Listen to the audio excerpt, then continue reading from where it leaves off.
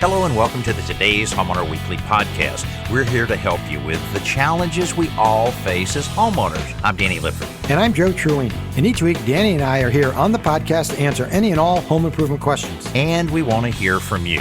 Send us your questions or comments at todayshomeowner.com/podcast. Today's Homeowner Podcast is brought to you by the Home Depot. How doers get more done. From installing a smart garage door opener, to installing a bathroom faucet, to removing a tree, the Home Depot believes you can do anything, especially the things we have how-to guides for. Visit HomeDepot.com for thousands of tips, workshops, and ideas for projects, big and small. The Home Depot app. How doers get more done. This week, we look at some of the damage that can be caused by squirrels on outside trim. What can be done? We'll tell you. Also, there's a mobile home in California that's too hot to handle. We're going to tell her what she can do to cool things down before it really gets hot. Now, did you know that Jalousie windows is still a thing? Some people might think they're obsolete. Not in Hawaii. Also, very popular bathroom renovation project, removing a tub and converting it to a walk-in shower. Joe, how about that simple solution you have for us to share? All right, Dan, I have a quick tip on how to use a reciprocating saw to trim tree branches. Great idea. Okay, let's get started. Here we are, Danny, working our way through March, and I think most people are starting to think about outdoor projects, whether it's maintaining an old deck or building a new deck or working on the lawn. We answer questions, whether it's your yard or your house, inside or out. And so get in touch with us. We'll see if we can help you out today. Joe, you're right. You know, when we talk about spring, that means different things to different people depending on where you live. Certainly you guys are in the Northeast are probably still playing with a little bit of that white stuff, a little bit of the snow up there. And we are. Yep. Down in the Southeast, it's getting warmer and warmer, really starting to think about those gardens and so forth. But no matter where you live, if you don't have snow on the ground, it's probably a good idea to consider some aeration. And that's something that a lot of people just never do. But boy, the benefits of it, and I always relate back to the golf courses, and you go by at certain times of the year. This time of the year is one that's very popular, as well as in the fall, is where you see all of these big chunks of soil all over the place, big plugs everywhere where they've used a core aerator to knock those holes in and throw that soil up in the air, creating these perfect little access points to feed that grass and the roots of the grass with just what it wants. And it definitely can make a big difference, especially, Joe, if you have a yard that this has not been done in a long time, and it might be a little compressed or compacted. Boy, you can really benefit from that. Yeah, absolutely. We're talking about aeration. There's two different types. There's spike aeration and there's core or plug aeration. And we always recommend the plug aeration or core aeration. And the difference is the spike, the machine just got spikes on it and it just punches holes in it, but that can actually compact some of the soil as it's driving these spikes into the ground. With core aeration, it's actually pulling out a core or a plug of soil. And that's what you'll see scattered around on the grass, but you can just sort of rake those up and they go right back down. But yeah, that's in fact, Danny, that is the very first benefit of core aeration, is it relieves soil compaction. And compacted soil, of course, doesn't allow the grass to absorb air, water, and fertilizer. Well, you know, it's quite an experience to go down to the Home Depot Rental Center and get that core aerator, fairly heavy machine, and it surprises a lot of people how aggressive these things are, including our engineer, Dennis. Really? Hear that Dennis had a little tangle with the aerator, but Dennis, tell us the story, and did it turn out okay in the end? Well, it turned out okay in the end. And just to describe what it looks like, Joe, when you said, pull those cores out, it looks like you own 300 schnauzers, and they've been in your backyard. That you've been feeding Vienna sausages for the last month. Right. Exactly. So, yeah, it's way past time for me to have done this aeration, and I went to Home Depot, and it was a pretty quick rental situation. You can actually reserve it online, so that was cool. Yeah. And I went and picked it up. I picked it up with help. And I drive a small SUV, and the thing didn't fit in there. So we put it in backwards so that the big end was sticking out just a little bit, and I put a nice strong web strap to hold it in and left the tailgate up, and it was fine. I got home just fine.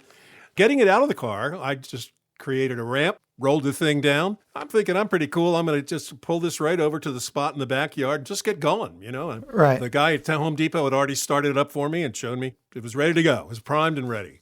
So you unfold the handle, and it's got a squeeze handle on the top like you have on lawnmowers that keep a safety handle.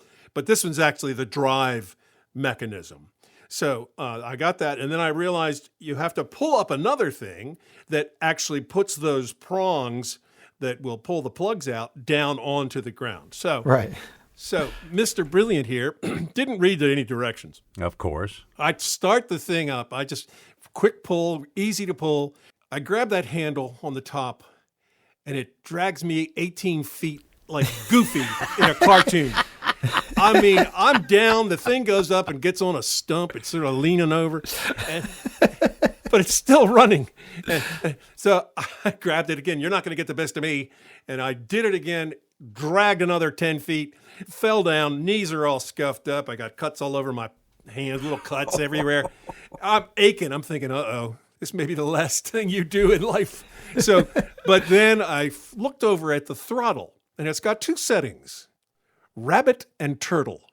Well, it was on full rabbit. Okay. There you go. So I wised up, put it on turtle, and began the job. But still, it's a very, very heavy machine. And when you do the thing, you have to, to start another row, you got to turn that thing around. And it's got these big weights that go in. It's a very, very heavy machine. And with the faint of body, should not attempt it. Ask somebody for help or get a strapping youth to do the job for you. But all in all, I got it done. I got some lime down.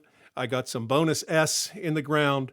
And luckily, I didn't have to water it in because within about 3 hours, it started to rain. Boy, that's great. Okay. So I'm really looking forward to having a pretty yard this year. Well, that's the thing, and this time of the year is such a good time to do it because you are feeding the grass as it's starting to get into the growth season, and you have those plugs, and don't worry about the plugs. They'll dissipate after a while. They'll spread out and so forth after a while, so you don't have to get out and rake those out and so forth. But if you do put some amendments, like you're talking about lime, in order to raise the acidity and so forth in there to get your pH level up where it needs to be, around 7. Well, glad you didn't make it to the ER, and glad you were able to do that. We remind people a lot of times when you're renting this machine, talk to your neighbors because it doesn't take long to do a yard with the aeration. Did it take you very long once you figured out the rabbit and the turtle thing? I was mid-turtle and cruising along, and other than that, no, it would have been within the rental time. I could have shared it with a neighbor, and I tried to, but he said, "Oh man, I can't do it now. I gotta go." I didn't think about it in advance, but yeah, it's well worth it, and the rental is such a good price. Yeah, and you can rent them by the hour if you think you're only going to need it, but they're about like $90 a day, and they also have tow behind core aerators. They rent for, well, actually you can buy them for about $100, but you can rent them as well. And you just tow them behind, you put weights on them, you tow them behind your lawn tractor, or you just tie it to Dennis, let him run across your yard. Right. It's like the football players you see with the football sleds. You just pull it around there. And if you ever wonder how much it costs to buy a gas-powered core aerator, and this is the reason you rent them, they start at about $2,000, $2,500 and go up to well over $4,000. Wow. So, and how often are you going to use it? That's why I think Danny's recommendation is really smart. Just get a couple of neighbors, $90 for the day. If you get like even just 3 neighbors, I mean, it's more than worth it. That's actually it's not. It was about around $90 for a 4-hour block. Yeah, there you go. And I think that's the least you can do. You can't just get it for 1 hour. Right. It's a 4-hour or a 24-hour, I think. I wouldn't be a bit surprised if some of the neighbors probably would pitch in and rent it for you, Dennis, for the entertainment value that you provide them. To pull up their lawn chairs. He's got a narrator today. Hey, this is going to be good. We're having a little party over here, a little viewing party. Dennis he's cranking it right now. Get ready. This is going to be good. Well, Dennis, thanks for sharing that with us, and it is a great time to do that. Do read the instructions, and remember, turtle is better than rabbit when you're starting off. All you have to do is pick up the phone and give us a ring, 800-946-4420, or send us an email by going to todayshomeowner.com/ask. Right now we're going to Thomasville, Georgia. Cathy's on the line with a little battle she's going through there. Cathy, tell us what's happening at the house, and welcome to the show. Thank you. We enclosed our carport several years ago, but they used Hardie Board siding. Uh-huh. And about a year after we finished, we started to notice where it looked like on each board the paint was falling off. So I complained to my painter, and he said, no, that's not the paint coming off, that's Squirrels. So it wasn't that bad at that time. But since then, they've started on the corners, and they have just, it's getting worse and worse. It's about a strip about an inch wide. Well, I tell you, I'm seeing the pictures here, and it's amazing, the darn squirrels. People tell me that they're not really eating it as much as sharpening their teeth. Yeah. Because up on the roof you see a lot of the lead plumbing jacks that they just completely destroy. And I say, well, if they're eating that much lead, there'd be dead squirrels laying everywhere. But but apparently they are just sharpening their teeth. But either way, the destruction that they cause, and when you're talking about fiber cement, I actually have fiber cement just like you're talking about here over my entire outside of my home, and it really is a great durable product in a lot of different ways. But I've never seen squirrels quite attack it like this. But Joe, it seemed like we had a call on this a couple years ago, and we did a little bit of a deep dive into what could take place there. Maybe you've got a better memory than me on this. Yeah, that's right, Cathy. It's hard to believe that this is a relatively common problem. And the reason is, as Danny said, the squirrels are sharpening their teeth. And if it was wood, and they chew on wood, they chew on pretty much everything, but they don't get quite the benefit of sharpening their teeth. But here, for anyone who's not familiar, Hardie plank is fiber cement siding. The cement, great for sharpening your teeth, I guess. And so here's what the people at James Hardie told me. And I remember this because we shared it with another listener. They suggested making a small box out of fiber cement siding. So you'd have to, if you don't have any extra laying around, I guess you'd have to go out and buy some. Just build a little small box and leave it somewhere out near the house. And the idea is they'll chew on that instead of your house. That's the only suggestion they had. I mean, you could trap them and relocate them, but then you're moving squirrels. They might be part of a family, and you're moving them out. And the reason you might not want to do that is they discovered that this is because the squirrels are juvenile squirrels. The adult squirrels don't do this. Oh. And so it's almost like, like a little puppy or a kitten. They chew on stuff and they have those super sharp teeth. And that's the same thing with the juvenile squirrels. The good news is that the teeth sharpening phase only lasts usually a month or so. Now, the problem is squirrels are typically all born at the same time. So if you had a lot of squirrel parents, you're going to have a lot of baby squirrels. So if there are 5 or 10 of them, it's going to take a month of 5 or 10 of them. So unfortunately, there's not much you can do. I see the damage on these photographs, and it'd be hard to repair it. You could use some automotive putty body filler like Bondo and try filling it and priming it and painting it. That might hide it. Come next spring, you can have more baby squirrels. That's right. So they do make squirrel repellent sprays. One's called Squirrel Stopper. There's another one called Squirrel Mace. You don't spray the squirrels. You spray wherever they're chewing. So you could try that as well. That might work. Okay. Yeah, and that's what I was going to say. It's so funny sometimes that, we hear things like other nuisance, like moles or other things that people have. And some things will work every time. Some will work only every now and then. So what I think I would try then is like some of the squirrel repellent and just saturate it and just see what happens there. Also, I've heard about they call it porcupine wire, little strips like they use to prevent birds from landing and roosting. And you could put some of those strips down where these affected areas are, since it's right on the ground like this, and see if that will repel them, because they won't be able to stand there since the porcupine wire will prevent that. And I think I would just try a few things like that. Of course, trapping them and relocating them, is you'll be amazed at how many squirrels you end up trapping. I know people that have done that.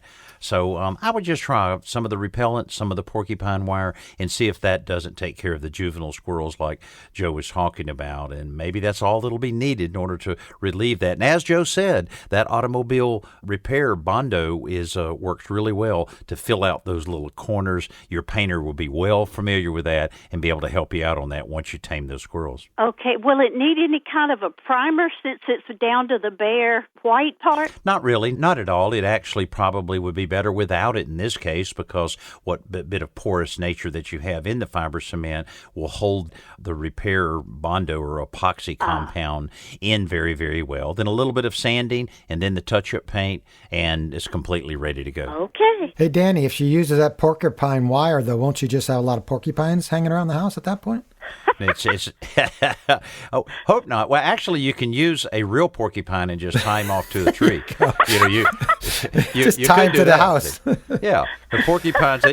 Have you ever seen a squirrel ride on a porcupine back? Of course not. See, Now you know it's why. foolproof. Yeah. Okay. But then she has to buy that expensive Purina porcupine chow. Right. To feed the porcupine. So you don't want to do that. We're creating more problems than we're solving, I think, at this rate. Okay. Better get off the line. Yeah. All right, Cathy. Well, thanks for being with us here on the show and having some fun with us. And we do hope we know it's not a laughing matter. There is things that need to be done there, but hopefully one of these methods will be a good solution for you. Yes, we will go to war. All right, there you go. All right, well, keep us posted on what happens there. And thanks so much for being with us today. Thank you. Yeah, you can't get that vision off your back there of the squirrel right in the Squirrel, little. right. We talked about the squirrel sitting at the picnic tables last year. And how That's so many right. people built it. And since I've talked about that, I bet I've seen 20 of those Oh, really? all over. Nailed to the side of trees, sitting out in the yards. Yeah, they often say, well, if the squirrels in this case are bothering you by eating the house, put out like peanuts and sunflower seeds on a feeder. Well, that's great, but it's not going to prevent this problem if it's juveniles sharpening their teeth, because they'll eat the peanuts, but they still have to sharpen their teeth.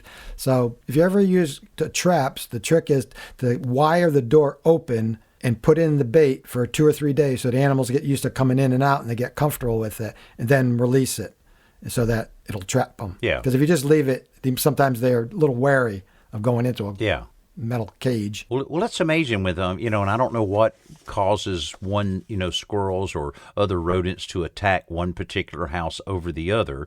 We've heard so many things about carpenter bees and different things like that, drilling into homes. Of course, a lot of that will be cedar and very porous, easy to bore into wood, versus a harder type of material. But some of the rodents will really attack very strongly. I've seen situations where we're working on a house just recently where just 2 random areas on the soffit and fascia area where squirrels were on the roof. They had jumped on the roof from the limbs and were hanging over just chewing, what the little bird box is, the little bird box where the 2 pieces of soffit come together. And they had just chewed and chewed and chewed. Maybe it was a little moist because it was at the bottom of a valley. So maybe there was a little bit of moist wood there, made it easier to chew. But, they had something big enough you could almost put a softball in. Wow. Always a problem like that, always a challenge, and always different ways that you can attack it to be able to make sure that it does take care of it and make sure you take care of your home. Back to the hotline, and Stephanie's on the line. Stephanie, tell us about this idea you have for your bathroom. Okay. I'm trying to get a walk-in shower done, and we removed the tub, and I don't know if you got the photo or not. I did. Sure did. Photo. Yeah, I was able to see that. Okay. Sure did. Mm-hmm. And the commode is just sitting over there because my husband's doing some other work. But anyway, remove the tub and want to put a walk-in shower where the tub was. And the problem that I seem to be having is not understanding as to why that concrete slab has to be all broken up. And I don't want to have a curb to it. I wanted a curbless. And that's what I'm not understanding is why I still have to have a curb. I have to break the floor up in order to get this done. And I had bought one of those kits, with the sloped thing on it. And I was going to use that, but, somebody's telling me still I've got to break the concrete up.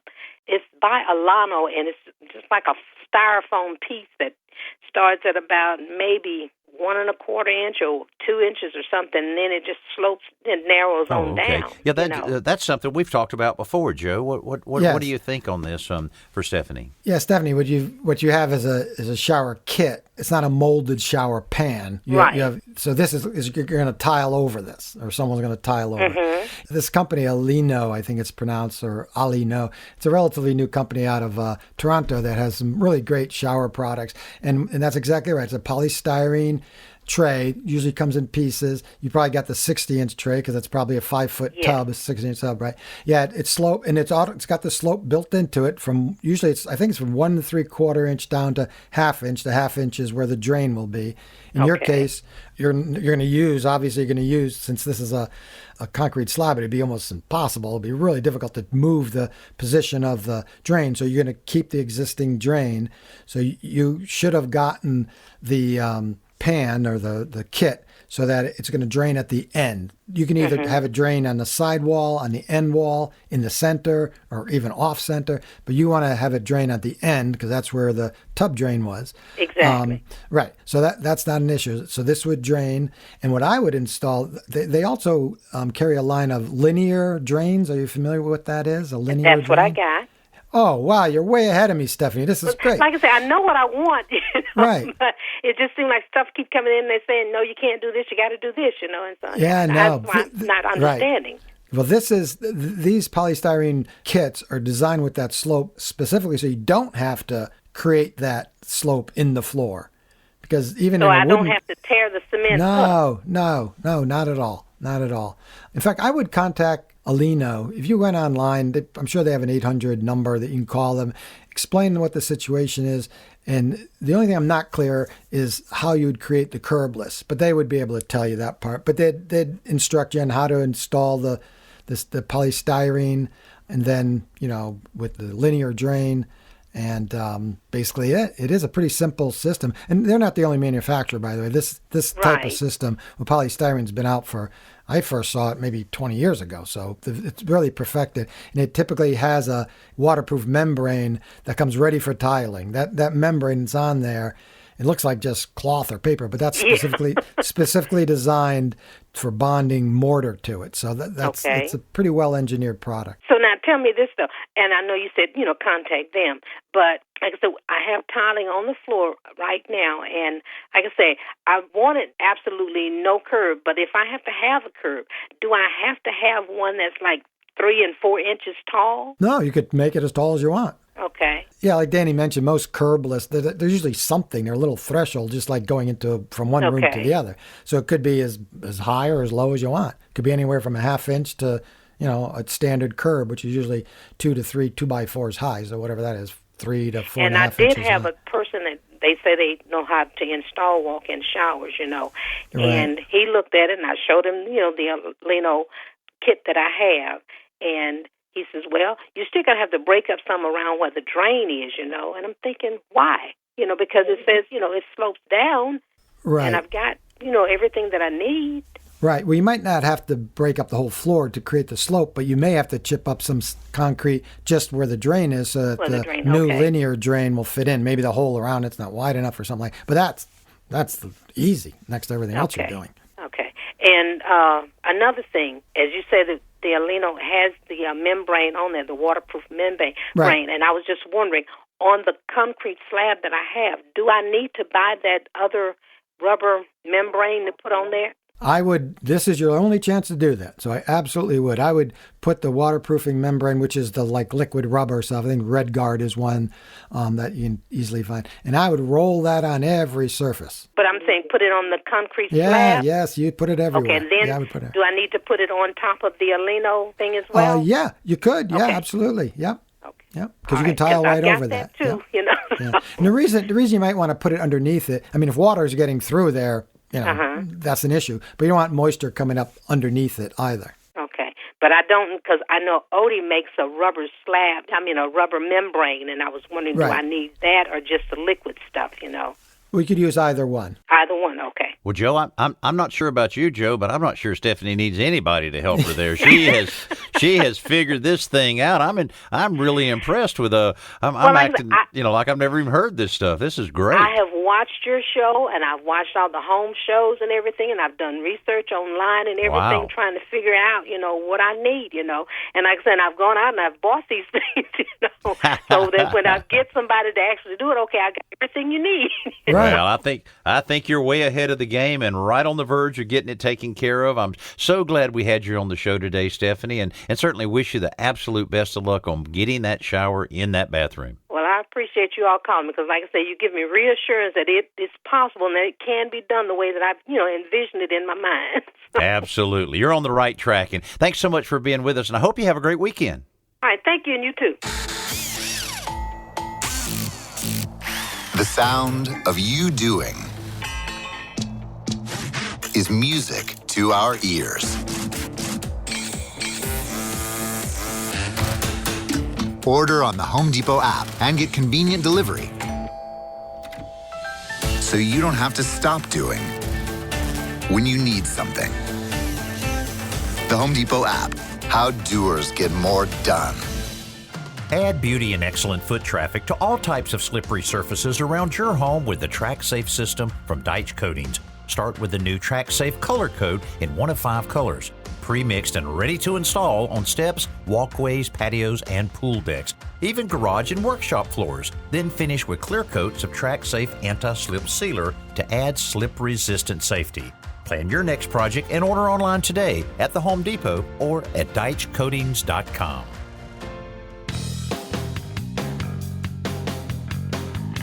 Today's homeowner is brought to you by the Home Depot. How doers get more done. It's time for our Best New Product segment, brought to you by the Home Depot. How doers get more done. You know, a lot of people think that carpet and pets just don't mix, because the messes pets often make can stain a carpet. So Lifeproof answered that challenge with Lifeproof with Petproof Technology. This carpet is made of innovative and durable Triaxa fiber, which offers the best in stain and odor resistance without adding any harsh chemical treatments. That's because the fiber itself will not absorb moisture, so it keeps liquids and stains on the surface where they're easily able to be cleaned off. That means the stain protection is 100% permanent and will never wash or wear off. The spring-like structure of the fiber also resists crushing and matting, so the carpet looks nice and fresh and new for years to come. And this fine dense yarn creates a silky softness and plush texture that'll give you the ultimate comfort to your home and family. So bring on the pets and kids. This carpet can handle it. For more information on this Lifeproof with Petproof Technology carpet, log on to HomeDepot.com. Wow. Well, I'll tell you what, we have so many great people that reach out to us on the Today's Homeowner Hotline. Oh, hi, Danny Lippert. This is Hope calling from Maui, Hawaii. I live in a small place that was a Filipino sort of a plantation way back when, and the Jalousie window is jammed and doesn't close. A little lever that I guess you push up and down, to open the Jalousie windows is just jammed. I can't get that window to close. I was wondering if there's any way you could repair that on your own without replacing the entire window. Thank you so much, Danny Lippert. I love that name, Lippert. It reminds me of a dear friend of mine who lives in Oregon, and I met a man named Lauren Lippert. He's 85 and still going strong playing golf. And I'm here in Maui, Hawaii. Thank you so much. Aloha. Love everyone. And I love that Southern accent. Thank you for that. That's great. Well, obviously she's talking to me, not you, Joe, with the Southern accent. That's Yeah. okay. There's the name Lifford is not a very, very common one, but I remember one time traveling to Hawaii in the old days and looking in the phone books. I would, when I would travel, I would look in the phone books and see if there was a Lifford, and rarely would I find one, but in Hawaii, I found one. Did you really? I didn't call him or stalk him or anything, but it might have been the gentleman that she just mentioned. Wow. But Hope, so glad to hear from you. We appreciate that. And it's funny. Jalousie windows are a type of window that's not very common anymore. I mean, certainly we all try to make our houses a lot more energy efficient, and they are far from being energy efficient. Basically, they're just horizontal glass panes that will turn vertically to close and then horizontally to allow the breeze in. And of course, I have seen a lot of these when I've been in Hawaii because, the climate is so moderate throughout the year that, to open them up a little bit and get a little breeze in is really all you need. And actually, I heard that the only company that actually sells Jalousie windows is a company in Hawaii called Coastal Windows. Now, I'm not sure if that's exactly true, but sure makes sense because that's where more Jalousie windows are than any other kind that I know of. But Joe, I would think Hope would be able to, first of all, lubrication of those moving parts. Right. If you have those little arms that control the mechanism there, and especially in the weather that you're going to have there, wind blowing and so forth, they probably need a little lubrication, something that may require a little spout, a little tube Right. to go into the mechanism there. I would say that would be the first thing that Hope should try. But also, I wouldn't be surprised if the company there didn't, on a routine basis, have to have to supply some of the broken pieces and such that need to be replaced. Yeah, I bet there are a lot of Jalousie windows in Hawaii if there's a manufacturer there. Yeah, I mean, I would use a silicone spray lubricant or a penetrating oil. These are typically, I'm not sure about the one window Hope has, but I assume it's aluminum frame. And aluminum does get a coating. It's like a corrosion that makes it, really the parts will stick. So Especially that with salt, salt air, salt mist, and so forth. And plus, Hawaii is a very moist climate. It's I think it has almost more rain than any other place in the country. I would never live there with what it does to my hair. I tell really? you, it just, oh man, it just disturbs me.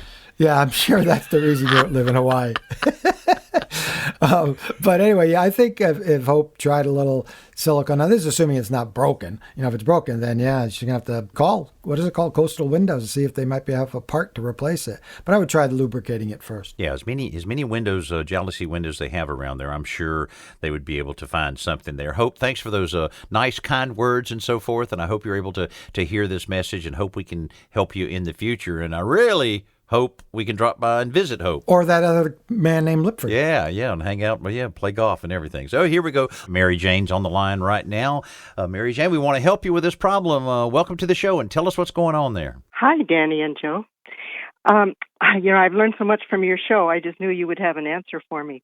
So I have a 1967 mobile home that I just purchased, and it's in excellent condition. It's had several remodels. It has a white aluminum roof. And I have central heat, but no air conditioning.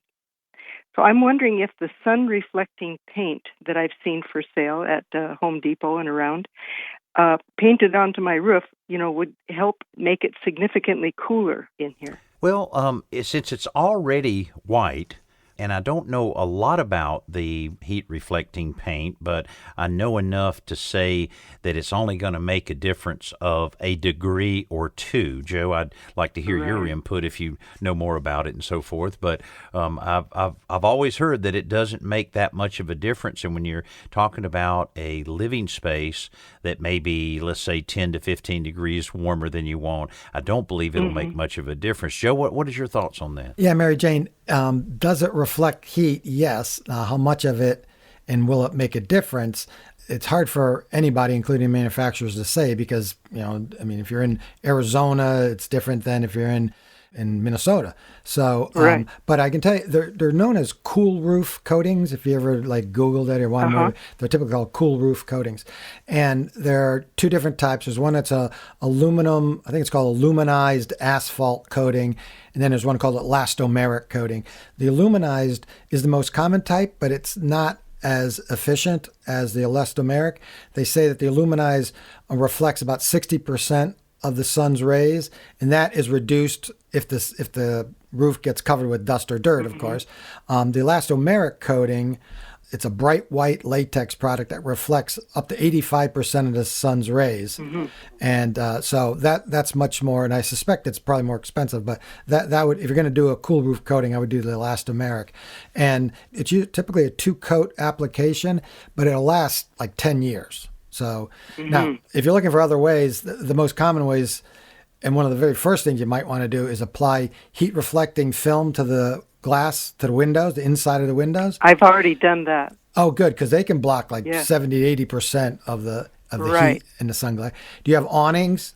Do you have awnings on the windows, over the windows? No, I don't. I'm kind of restricted in space here, but I'm going to figure out a way to make sort of a different kind of an awning. But the worst time of day is when the sun is coming directly in the windows, and that's why I put the film on, and I put, the sunblock shades, and I've done everything. Yes, the sunscreens, yeah. Yeah, I really think that if I can come up with some sort of an awning, that would just put me in the shade. Right. And that might just be the better thing, huh? I mean, they do have the awnings that are collapsible, right? They're cloth that you can open and close, as opposed to the rigid aluminum ones. Yes. And they probably will look a little better too. Yeah, for sure. And I wonder, if Danny, if she could build some kind of a wooden structure that goes over the windows that's like a louver, like a really big, wide, louver thing that's just a completely block out. Yeah. Right. Yeah, there's a number. You can look online at a lot of the images of different shutters and the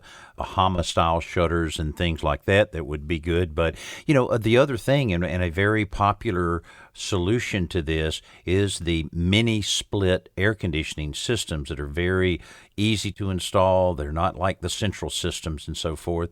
And that might be another thing to consider. They've really come down in price, and they can install it in just one day. So that might be something that you look at. It's a ductless system. They call them mini splits. And you might just kind of price those and check those out, because that would definitely solve the problem. Oh, God bless you guys. Happy to help. See, I knew you'd have the answer. Well, there's a couple different options for you. I've used the Elastomeric a lot, and not only does it have great reflective properties, it also is fantastic to seal that roof up. And because of the elasticity and the nature of the flexibility of it, it holds up in some really good, when you have those cooler mornings and hot afternoons, it'll flex with your roof and will definitely keep it a lot cooler. So you might try one of these and see if it helps, and then without a doubt the mini split will take care of it if nothing else does. Great. Thank you so much. Well, thank you, Mary Jane, for being with us, and we'd really appreciate you sharing with us your problem there, and hopefully we've helped point you in the right direction. Hallelujah. Hallelujah. Thanks so much, and you have a great weekend. Thanks so much for being with us. Right now, we want to get in the aisles with our friend Danny Watson. And Danny, I know this is, without a doubt, one of the busiest times of the year, but you really can't do it all by yourself. I think you need a little help, right? Well, you're right. We can't do it by ourselves, and we're bringing on people right now. And traditionally, this is the time that we load up, all over the store, and we're hiring 100,000 part-time and full-time associates in our stores. Wow. Yeah, and, it's all over the store, and there's flexible full-time and part-time positions and things like customer service, unpacking freight, merchandising. It's a fantastic time to get your foot in the door. Well, people may think that you have to have a strong knowledge of all about the home or a portion of the home, but really, as you said, you have customer service positions. And of course, Home Depot's always been fantastic about training everybody. I mean, I've known a lot of people that started out part-time at Home Depot, and they've been there for 20 years because of the benefits and all the other things that surround being a Home Depot associate. Yeah, and 90% of our store leadership started as hourly associates, such like our Anne Marie Campbell. She's our executive vice president. She started as a part-time cashier. But there's so many great benefits, the 401k, the company stock, there's discounts as well as our success sharing. And I actually started down on the Gulf Coast about 24 years ago, and it has been a great choice jumping in. And, we also have the Home Depot Foundation that we have times when we can give back to the community by helping veterans and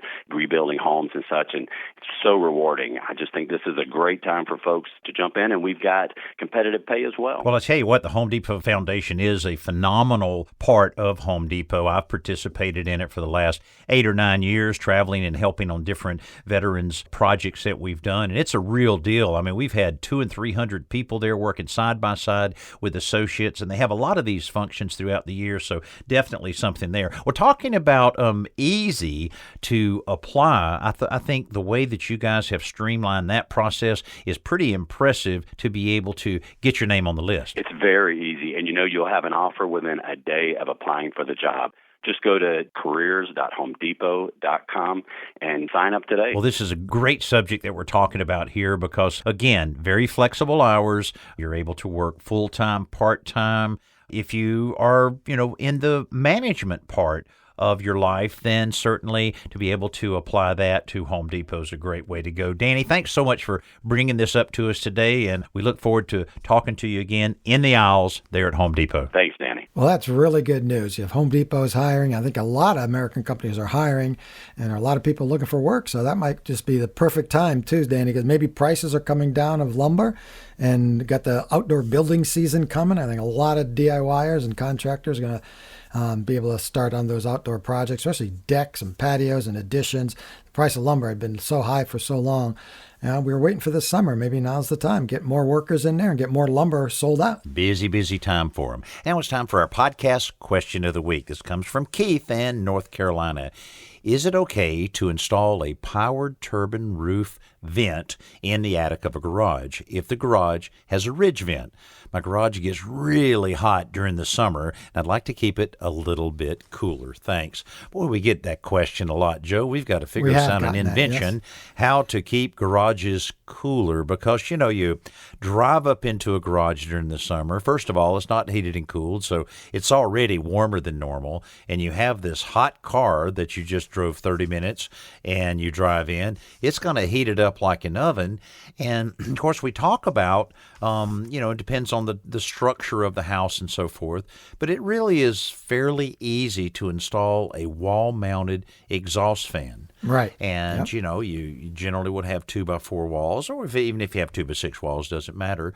And you have the fans that have the louvers on the outside. You have the thermostatically controlled system. Of course, the biggest challenge generally is getting that power to it. But, boy, you set that thing at, 85, 90 degrees, and every time the heat gets that way, it's going to blow it out. And the thing about it, when you have an exhaust fan of any kind, you got to have some intake. You got to have air coming in. Yep. Well, garage doors are not that sealed that you're not able to get some sampling of cooler air coming in around it in order to blow it out. What do you think that's probably about what do you think? Do you think that an exhaust fan in the attic will cool it down enough, or is it better to go with the exhaust fan within the space itself? Right. Well, there's a couple of things. I think I would recommend the same thing you did, putting a wall-mounted fan, but you have to, if there's another window on the other side, you can leave that open, or better yet, put a fan in there blowing into the garage and another fan blowing out, so you really have an exchange of air.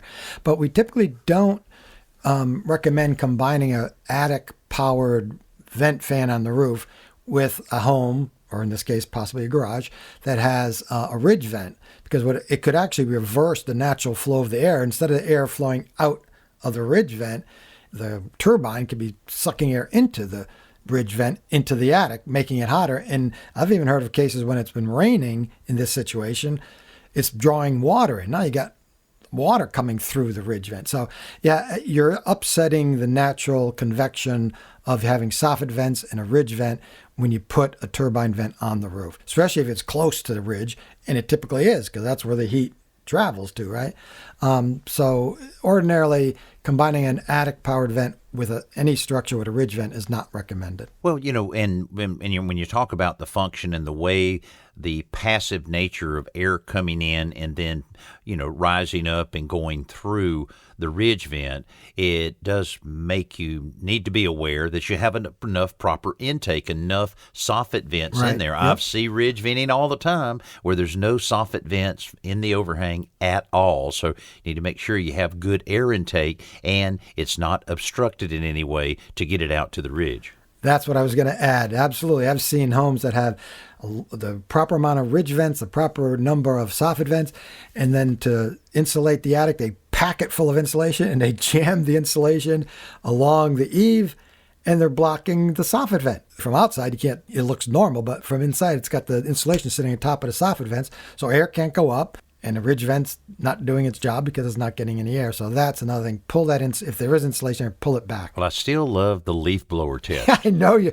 I was going to mention it, but I know how much you enjoy saying it. So I was giving you the opportunity. What you do is you get your friend, your neighbor. Not your wife. Probably not your wife, but you get them and say, hey, all I need you to do is just get in the attic with this light. You don't need a mask or anything. Just get up in there, and I've got blown fiberglass insulation or cellulose. It's okay. Don't worry about it. And you get them right in the middle, and you say, what I'm gonna do is I'm gonna blow my leaf blower up into the soffit vent. Let me know if you see anything. Of course, no matter what, you're going to be blowing that insulation all over them, and then they come down and they look kind of funny, and they got stuff all over them. And you get them. Don't do that. Yeah, what did you find? Yeah, let's don't do that. Even to your enemy, don't do that.